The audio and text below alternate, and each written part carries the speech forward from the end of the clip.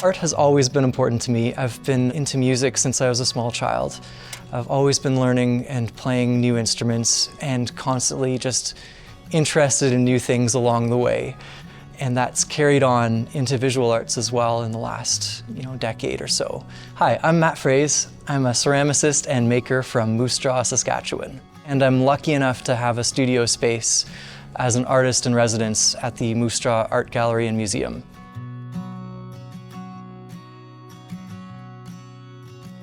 I've been making and crafting for about 15 years now, just with whatever I can kind of get my hands on. So it started with knitting. I make a lot of toques. I still knit a lot of toques. And as I get interested in other things, I just pick that up and see where it takes me. So I've been doing woodworking for about 5 years, mostly small, like housewares. And I've been doing ceramics for about 2 years, and that's become my favorite one of the bunch so far. When I started knitting toques, I had just moved to Saskatchewan and my head was cold. I don't have a lot of hair. So I started knitting toques, basically because at craft fairs where I was seeing handmade toques, they all had a Pokemon on it or an owl. It's like, I don't want to wear a really flamboyant out there toque on a daily basis. I want something that's simple and kind of easy to work into my everyday life. So that's kind of informed everything that I make. There's 2, maybe 3 colors maximum on any given piece. I really like highlighting the natural materials at play. I try and let the materials and the shapes kind of speak for themselves. I'm really drawn to practical mediums. I'm not making straight art pieces anywhere, I'm making functional pieces. Like a toque that you can wear every day, a cutting board that you can use on a regular basis, or a nice mug. Those are things you're going to use regularly, and they add some value and art to your everyday experience. There's definitely a crossover between these mediums. There's a certain hands-on element. Yeah, I think I've always been drawn to working with my hands.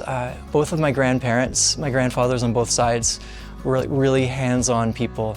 My mom's dad, he did a lot of woodworking and has done for as long as I can remember.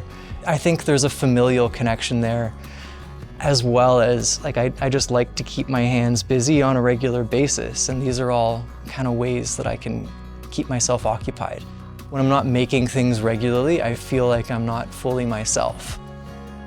With pottery, the first couple, there's a lot more thinking about the shape and the precise movements of your hands. And after you've done a couple, you can kind of put it on automatic. Pottery especially is a very therapeutic practice for me. It's so easy to get into a flow state and just forget the outside world. It's just you and the clay, and it's a really relaxing and peaceful place to be.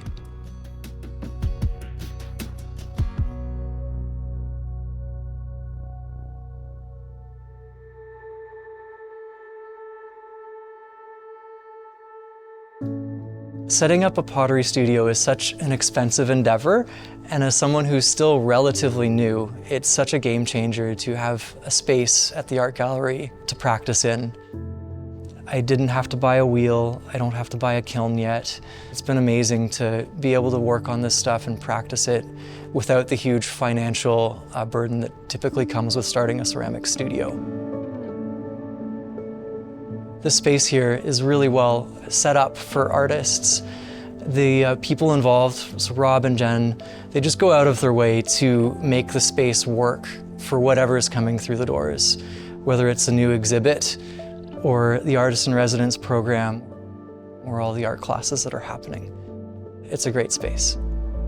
Currently we're in the gift shop, which is a really well curated space with art from across the province. There's a selection of ceramicists, probably 8 to 10 ceramicists.